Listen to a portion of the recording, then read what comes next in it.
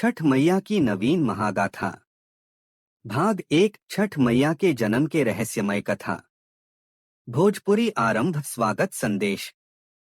प्रिय भक्तजन, रउआ सभे के हार्दिक शुभकामना देत बानी। आज से हम शुरू करत बानी छठ मैया के नयनाभिराम कथा। जवन कथा सुनल जासे घर में सुख शांति, आरोग्य आ समृद्धि आवेला।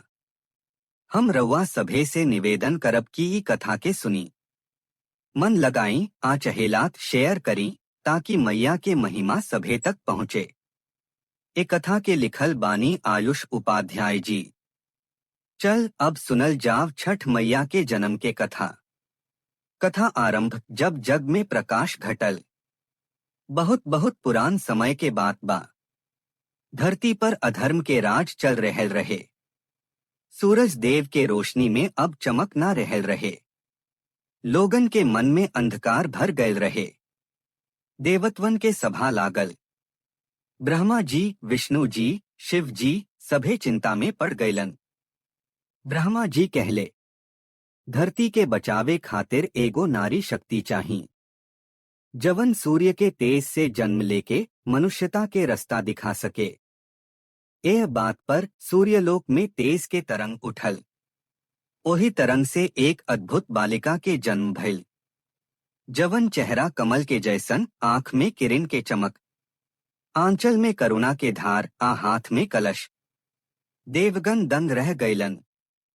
सूर्यदेव खुद बोले, ई हमर अंश बा, ई सूर्य की पुत्री है। नाम होई षष्ठी देवी, जवन आगे चल के छठ मैया कहाई। सगरी लोक में आनंद के लहर दौड़ गई। ब्रह्मा जी कहले, ए देवी के जन्म मानुष लोक खातिर वरदान है।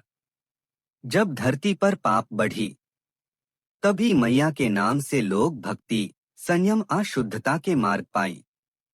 छठ मैया के बाल रूप के लीला। जब मैया बचपन में रहली तो उनका चारों ओर उजाला पसार गए। जहां उ खेलत रहली, ओ ठाम सूखल वृक्ष में हरियाली आ जाला। एक दिन वो जल में नहावे गई रहली, तो वह जल में सूरज के सातों रंग चमक उठल। देवता लोगन कहले, कि बालिका में कुछ अलौकिक बा।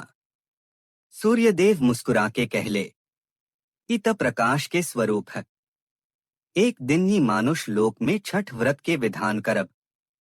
धरती पर उतर्ब के संकेत। धीरे धीरे देवगन देख ले कि पृथ्वी पर राजा प्रियव्रत के महल में रानी मालिनी के गोद खाली बा। रानी हर रोज आसमान के ताकी, सूरज के दिशा में हाथ जोड़ के कहेली, हे सूर्यदेव, हमरा घर में एक बालक खेला। वही समय छठ मैया सूर्यलोक से देख ली। उनका हृदय में करुणा जग गई।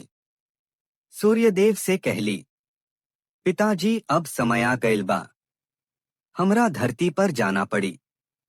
सूर्यदेव कहले, जा बेटी जा, धरती पर जाके मनुष्यता के सिखा दे कि भक्ति से असंभव भी संभव हो जाला। धरती पर अवतरण। छठ मैया जब धरती पर अवतरलन, त कौशिक नगरी में फूल बरस उठल। उनका रूप देखी राजा रानी नतमस्तक हो गईलन। मैया बोली, हे प्रियव्रत, तोहार घर में संतान के सुख तब मिली जब तू 6 दिन तक तप करब। 7वें दिन उगते सूर्य के अर्घ्य देव। राजा रानी वही कैलन। छठे दिन के संझा और 7वें दिन के भोर में जब उगते सूरज के अर्घ्य देहल गईल, त रानी के गोद में सुंदर बालक आ गईल। राजा रानी रो पड़लन खुशी से। अपूरा नगर गूंज उठल। जय छठ मैया। भाग 1 के समापन। एह दिन से शुरू भइल छठ पर्व, जवन अब धरती पर सदी दर सदी मनावल जा रहल बा। जवन दिन हर माई, हर बहन, हर घरनी आपन परिवार खातिर व्रत रखेली, मैया के धन्यवाद देली। अगले भाग में भाग 2 उदास स्माइली। हम जानब कि कैसे छठ मैया के महिमा धीरे धीरे संसार में फैलल। कैसे साधारण औरत के भक्ति से पूरा गांव आ प्रदेश में जीवन लौटल। छठ मैया की नवीन महागाथा भाग 2। छठ मैया के महिमा के प्रचार और चमत्कार। भोजपुरी आरंभ स्वागत संदेश। प्रिय मित्रजन, हम रउआ सब के फेर से हार्दिक शुभकामना देत बानी। अब हम सुनावे जा रहल बानी छठ मैया के कथा के दूसरका भाग। ई कथा सुनला से घर में सुख शांति, स्वास्थ्य आ समृद्धि बनी। चल अब सुनल जाव छठ मैया के महिमा के प्रचार आ चमत्कार। कथा आरंभ मैया के महिमा के प्रकाश। जब छठ मैया धरती पर आयलिन त राजा प्रियव्रत आ रानी के घर में सुख शांति आयल। लेकिन मैया जानत रहली कि पूरा जग में अभी बहुत लोग अधर्म में फंसल बा। मैया सोचली, हमरा के अपना महिमा के प्रचार करे के परी, ताकि लोग सिर्फ पूजा ना करे बल्कि सच्चे मन से भक्ति करे। ए विचार से मैया गांव गांव जाए लगली। जहां भी लोग दुख में रहे, मैया के दर्शन होत रहे। वहां लोग के मन में विश्वास आ उमंग जाग उठल। गांव में पहला चमत्कार। एक गांव में लोग भुखमरी आ बीमारी से परेशान रहे। मैया देख ली कि लोग भगवान पर विश्वास छोड़ दे ले बा। मैया कहली, आस्था रख भैया, प्रकृति आ ईश्वर हमार संगे बा। अगला भोर में मैया नदी किनारे खड़ी भैलिन। वहां जल में हाथ जोड़ के सूरज के अर्घ्य देली। अचानक नदी में सोना जैसन प्रकाश फैल गए। गांव के लोग देख के चौंक गए। बीमारी आ भुखमरी धीरे धीरे गायब होखे लागल। लोग चिल्लाए, छठ मैया के महिमा अपार बा। राजा आ महल में मैया के संदेश। राजा प्रियव्रत जब गांव के चमत्कार देखलन तब वो भी चकित रह गयलन। मैया महल में आके कहलिन, राजा, केवल राजसी भव्यता से कुछ ना होई।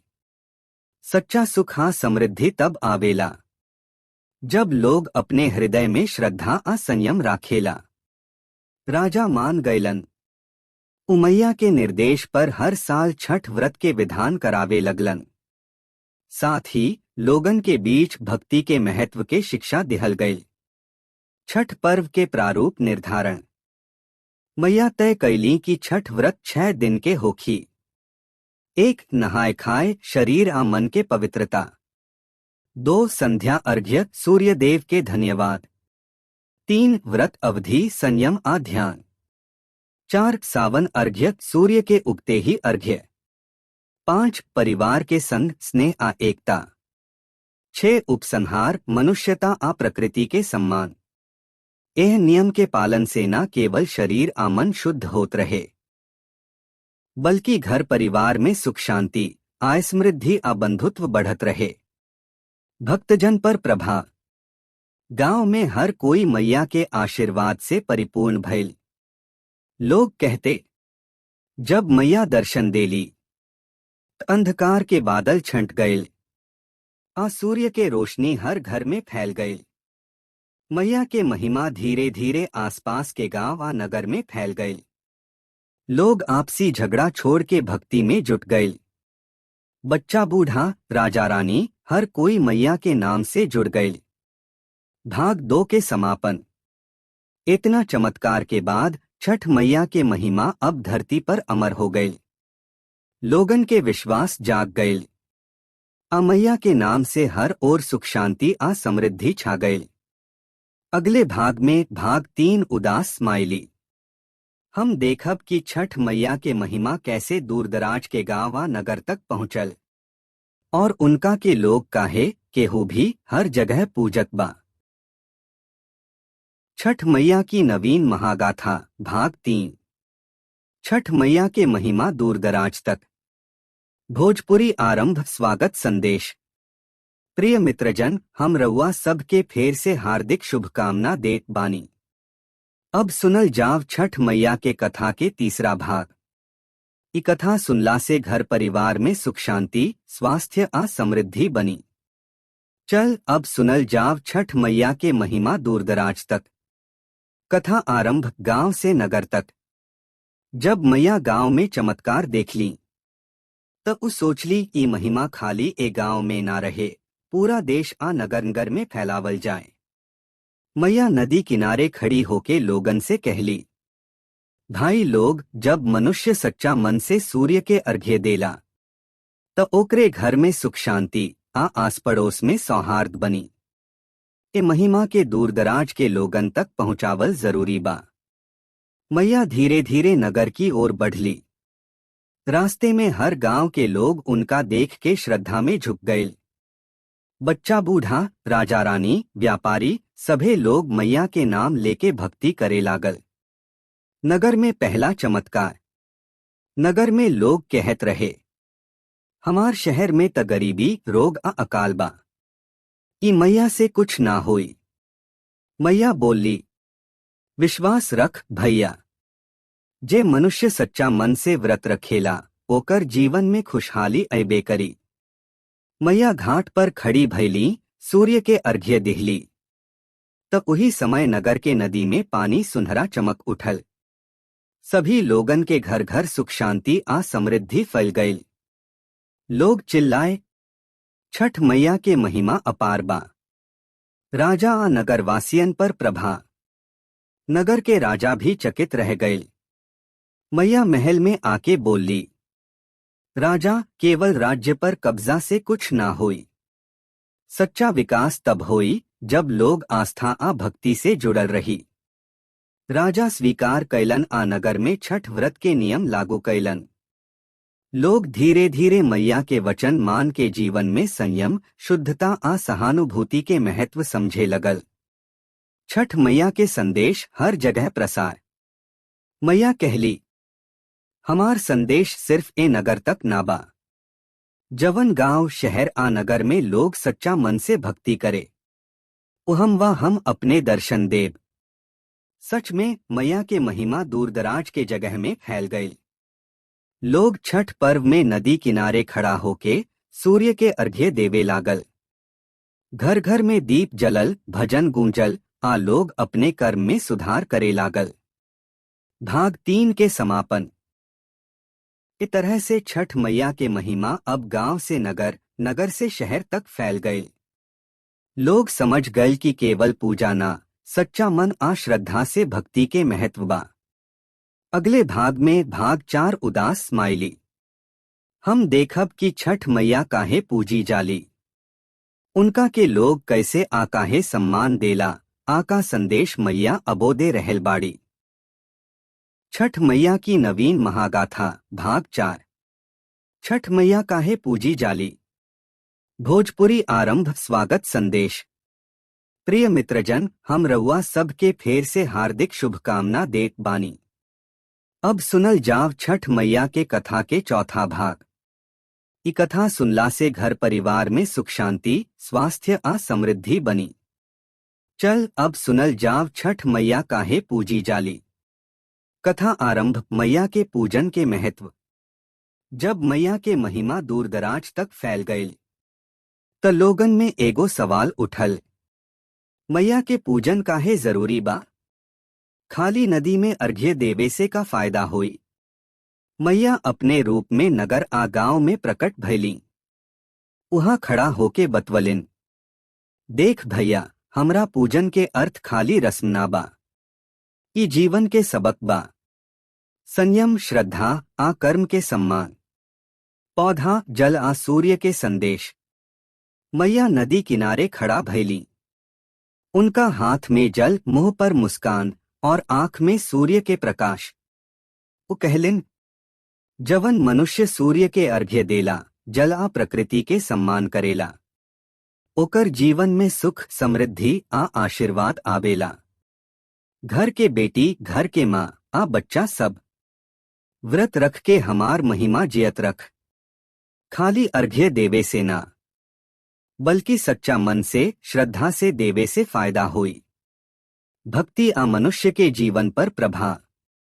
लोग समझ गए कि छठ मैया के पूजन सिर्फ नदी आ सूर्य के पूजा ना, बल्कि जीवन के सत्संग, संयम आ शुद्धता के प्रतीक बा। मैया कहली, जे मनुष्य व्रत में सच्चा मन से भाग लेला, उना खाली अपने घर में सुख शांति पावेला, बल्कि अपने समाज में भी आदर्श बन जाला। सगरी नगर आ गांव के लोग अब मैया के पूजा में जुट गए। सबके जीवन में खुशी आ प्रेम फैल गए। छठ व्रत के दिन के विशेष चमत्कार। एक साल नगर में अकाल आरोग फैले के डर रहे।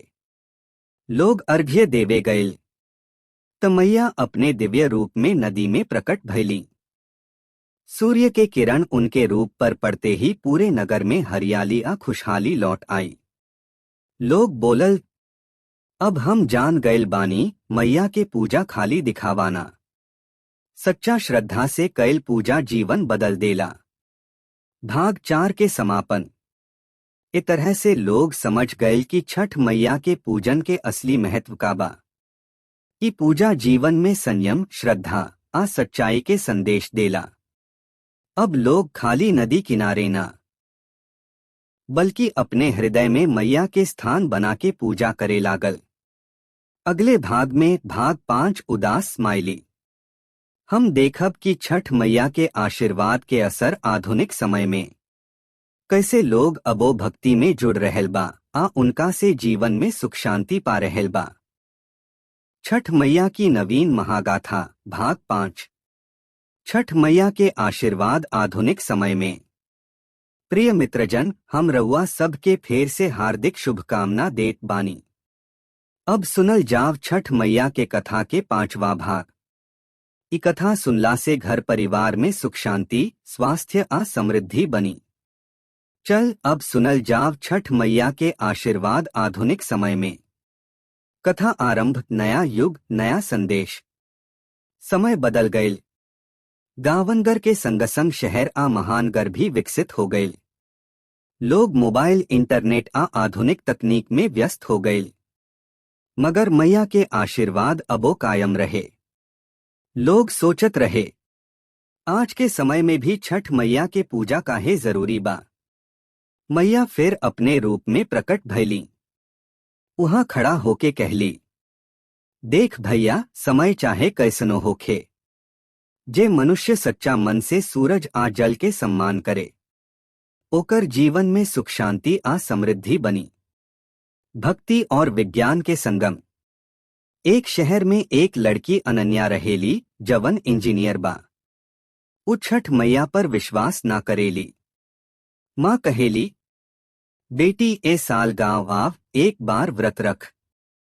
अनन्या रिलक्टेंटली गांव पहुंचेली। जब भोर में घाट पर उगते सूर्य के अर्घ्य देवे गए त देखली नदी में सुनहरा प्रकाश फैल गए। दिल में अजीब शांति महसूस भइल। समझ गए कि भक्ति खाली पुराना परंपरा ना, बल्कि जीवन के संतुलन आ आध्यात्मिक ऊर्जा है। आधुनिक जीवन में छठ मैया के संदेश। अनन्या के अनुभव से प्रेरित होके शहर में लोग भी छठ मैया के महिमा समझे लागल। लोग व्रत रखे लागल, परिवार संग समय बितावे लागल। दीप जलावल, भजन गावल आ सूर्य के अर्घ्य देवल।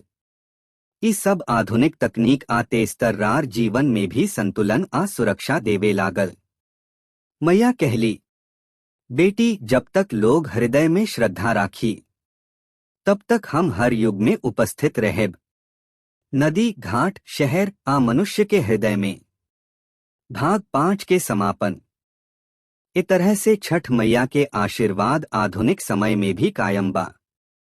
लोग समझ गए कि पूजा केवल परंपरा ना, बल्कि जीवन में संतुलन, संयम आ आध्यात्मिक शक्ति के प्रतीक बा।